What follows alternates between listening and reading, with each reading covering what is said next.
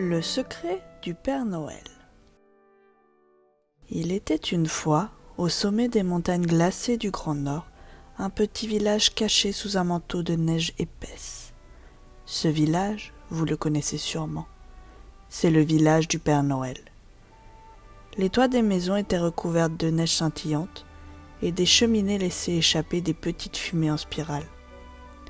Partout, on entendait le joyeux tintement des clochettes et le martèlement des outils des lutins qui travaillaient dur pour préparer les jouets. Mais cette année, quelque chose d'étrange se passait. Le Père Noël avait disparu. Le 20 décembre, tout allait bien. Les jouets étaient presque terminés. Les lutins couraient partout pour emballer les cadeaux, et les reines s'entraînaient à voler en formation. Mais le 21 décembre au matin, une surprise de taille attendait tout le monde. « Le Père Noël n'est plus là !» cria le lutin cheville tout affolé. « Il a disparu, ses bottes ne sont plus près du feu, et son manteau rouge non plus !» ajouta la lutine Praline, les yeux ronds comme des boules de Noël. La nouvelle se répandit comme une traînée de poudre dans tout le village.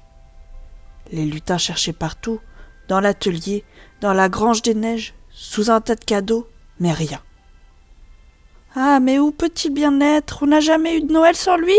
s'inquiéta Praline. « Peut-être qu'il est parti chercher des biscuits au chocolat ?» proposa Cheville qui avait toujours faim. Mais les lutins savaient que ce n'était pas normal. Jamais, au grand jamais, le Père Noël n'avait manqué la grande nuit du 24 décembre. Face à la panique générale, les reines décidèrent de prendre les choses en main. Rudolphe, le renne au nez rouge, réunit tous les rennes du traîneau.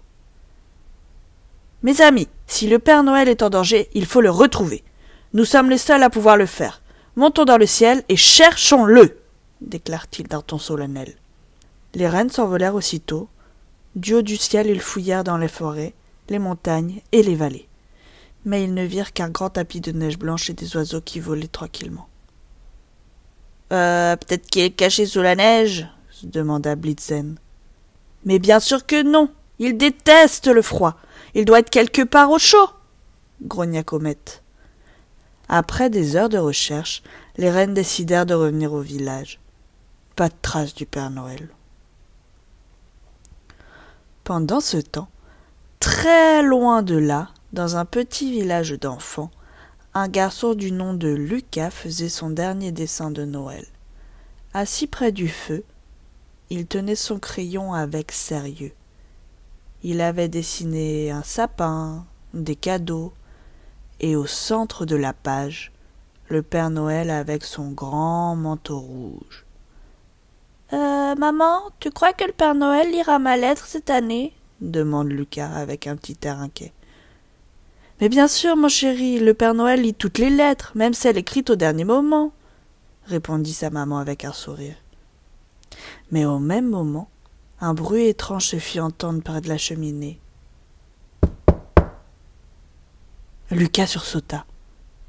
« Maman, c'est peut-être lui !» cria Lucas en courant vers la cheminée. Il regarda à l'intérieur, mais personne. Cependant, au sol, il remarqua quelque chose d'étrange.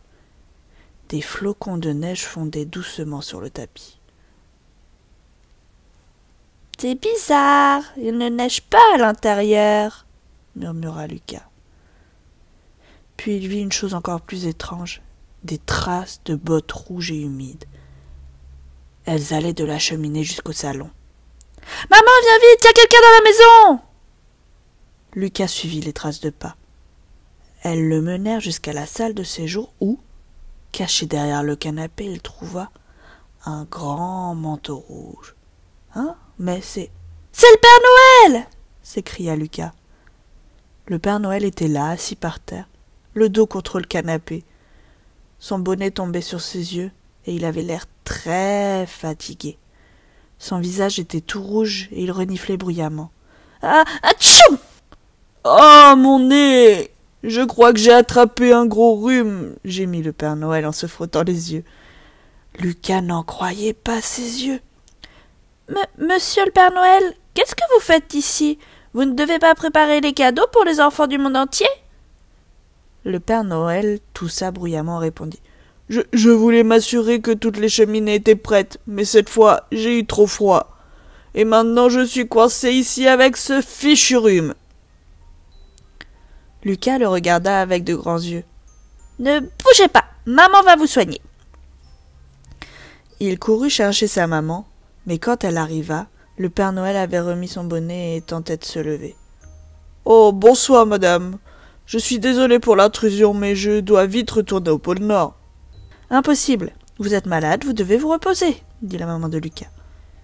Et ainsi, le Père Noël fut installé sur le canapé, emmitouflé dans une grosse couverture avec une tasse de chocolat chaud fumant entre les mains. Lucas et sa maman veillèrent sur le Père Noël toute la nuit. Ils lui apportèrent des gâteaux au miel et des infusions chaudes. Peu à peu, le Père Noël retrouva des couleurs. « Lucas, tu es un garçon courageux et généreux. Sans toi, je ne serais pas prêt pour le 24 décembre, » dit le Père Noël en souriant. « Vous allez pouvoir livrer les cadeaux à temps ?» demanda Lucas inquiet. Le Père Noël lui fit un clin d'œil. « Ne t'inquiète pas, Lucas. Tu as fait ta part du travail en m'aidant. Maintenant, je vais faire la mienne. » Il se leva en pleine forme, et d'un coup de magie, il fit disparaître une pluie de flocons dorés dans le salon. « En remerciement, Lucas, je t'offre ce que tu mérites le plus. » Le garçon regarda autour de lui, mais il ne vit aucun cadeau. « Je ne vois rien, Père Noël. » Le Père Noël posa un doigt sur le nez de Lucas. « Tu ne le vois pas, mais tu l'as déjà. Le cadeau de la générosité. C'est en aidant les autres qu'on devient le plus grand des héros. » Lucas cligna des yeux et en un instant, le Père Noël disparut dans un tourbillon de flocons d'or. Chaque année, Lucas regarde par la fenêtre le soir de Noël. Il sait que le Père Noël passe dans le ciel, mais il ne regarde plus ses cadeaux de la même manière. Il a compris que la plus grande magie de Noël ne se trouve pas dans les boîtes colorées, mais dans le cœur de ceux qui aident les autres. Depuis ce jour, il y a toujours un biscuit au miel et une tasse au chocolat chaud qui l'attendent, juste au cas où le Père Noël aurait besoin d'un abri, d'une pause ou d'un peu d'amitié.